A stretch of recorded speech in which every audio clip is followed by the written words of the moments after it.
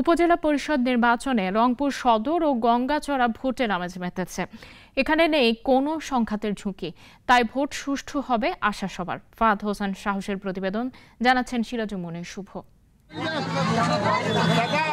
রংপুর সদর ও গঙ্গাচড়া উপজেলা ছেয়ে গেছে পোস্টার আর ব্যানারে। প্রার্থীরা যাচ্ছেন ভোটারদের দ্বারে দ্বারে, চাইছেন ভোট। নির্বাচিত হওয়ার পর এই সদর উপজেলার 5টি ইউনিয়নকে আমি একটি ফুলের বাগানে রূপান্তর করব। সে ফুলের বাগানে নিজেকে কোনো মালিক হয়ে নয়, মালিক হয়ে পরিচর্যা করবেন ইনশাল্লাহ। শতভাগ চেষ্টা করে যাব যে সদর উপজেলা ঘিরে, সদর উপজেলা মেজারমেন্ট করে যে মধ্যস্থল যে জায়গাটা হবে সেখানে যেন হয়, এই উদ্যোগটা আমার বেশিরভাগ থাকবে। গঙ্গাচড়া উপজেলায় চেয়ারম্যান পদে প্রতিদ্বন্দ্বী 7 জন আর রংপুর সদরে 8 জন। প্রচারের শেষ ভাগ পর্যন্ত দুই উপজেলায় বড় ধরনের কোনো সমস্যা হয়নি।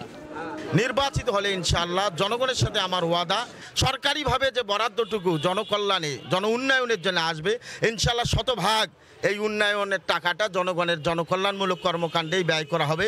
1 টাকা আমি ব্যক্তিগত এবং পারিবারিকভাবে গ্রহণ করব না। ব্যাপক সাড়া পাচ্ছে এই নির্বাচনে, বিশেষ করে লাঙ্গল প্রিয় মানুষরা আবারও সবাই ঐক্যবদ্ধ হয়েছে। নির্বাচনে আওয়ামী লীগের একাধিক প্রার্থী থাকলেও নিজ নিজ জয়ের ব্যাপারে আশাবাদী সবাই।